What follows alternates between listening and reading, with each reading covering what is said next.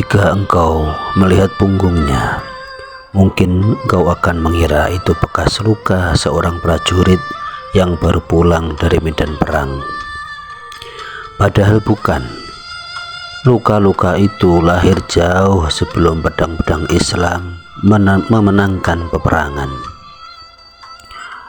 Luka itu lahir ketika seseorang memilih Allah, sementara seluruh dunia memilih menyakitinya. Namanya Khabbab bin Arad radhiyallahu anhu. Hari itu matahari begitu dekat, pasir di bawah tubuhnya terasa seperti bara neraka. Ia dibaringkan tanpa belas kasihan, lalu besi dipanaskan, bukan untuk membuat senjata, melainkan untuk membakar tubuh seorang hamba yang hanya mengatakan, "Robku adalah Allah."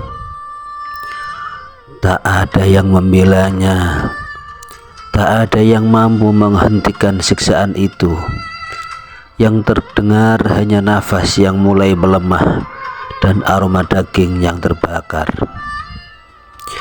Di kemudian hari beliau mengenang semuanya dengan kalimat yang begitu singkat. Aku pernah diseret di atas bara api hingga lemak dan darah dari punggungku memadamkan api itu. Kalimat itu selesai dalam beberapa detik, namun rasa sakitnya barangkali menetap seumur hidup. Waktu berlalu, Allah memenangkan agamanya. Orang-orang yang dahulu menyiksa satu demi satu kehilangan kekuatannya. Sedangkan Khabbab yang dulu tidur dengan tubuh penuh luka, kini duduk di rumahnya dengan harta yang melimpah. 80.000 dirham, jumlah yang jika dimiliki banyak manusia hari ini mungkin akan mereka abadikan dalam foto. Mungkin akan merasa syukuri dengan senyum yang tak pernah putus. Tetapi Khabbab justru memandang tumpukan harta itu dengan mata yang basah.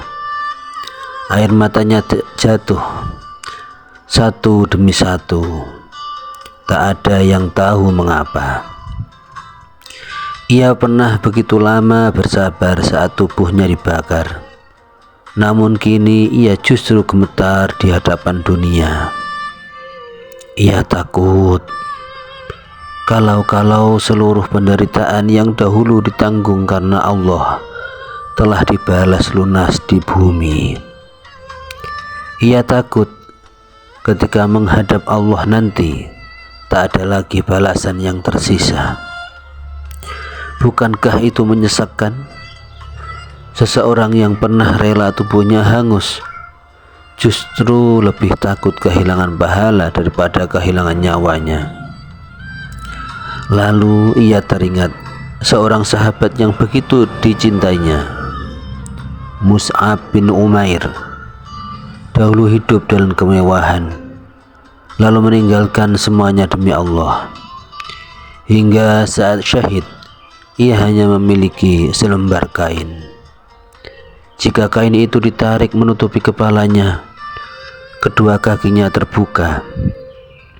Jika ditarik menutupi kedua kakinya, wajahnya tersingkap. Begitulah ia pulang kepada Allah.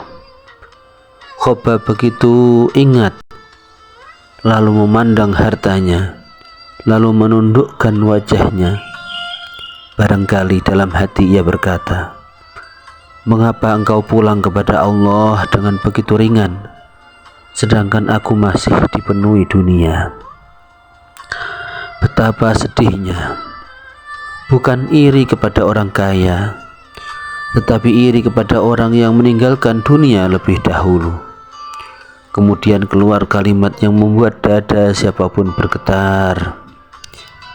Seandainya Rasulullah SAW tidak melarang kita berdoa meminta kematian, niscaya aku akan memintanya. Bukan karena hidupnya terlalu berat, Justru karena hidup mulai terasa terlalu nyaman. Bukankah itu luar biasa? Kita sering menangis ketika doa-doa dunia belum dikabulkan. Sedangkan Khabbab menangis karena terlalu banyak doa dunianya yang telah Allah kabulkan. Hari ini barangkali kita masih berkata, "Ya Allah, kapan Engkau kayakan aku?" Sedangkan seorang lelaki yang pernah dibakar demi mempertahankan iman justru berbisik dalam sujudnya, "Ya Allah, jangan sampai dunia ini menghabiskan bagian akhiratku." Lalu kita menatap rekening, ia menatap amal. Kita sibuk mengejar tambahan, ia sibuk takut kehilangan pahala. Kita resah karena belum memiliki, ia resah karena sudah terlalu banyak memiliki. Betapa jauhnya kita dengan hati para sahabat. Malam ini sebelum tidur, cobalah bertanya kepada diri sendiri, kalaulah esok Allah Subhanahu wa Ta'ala benar-benar mengabulkan seluruh impianku, apakah hatiku akan semakin dekat kepadanya atau justru semakin jarang menyebut namanya? Semoga Allah menjaga hati kita agar tidak pernah mencintai dunia melebihi rindu untuk bertemu dengannya Allah Subhanahu wa Ta'ala.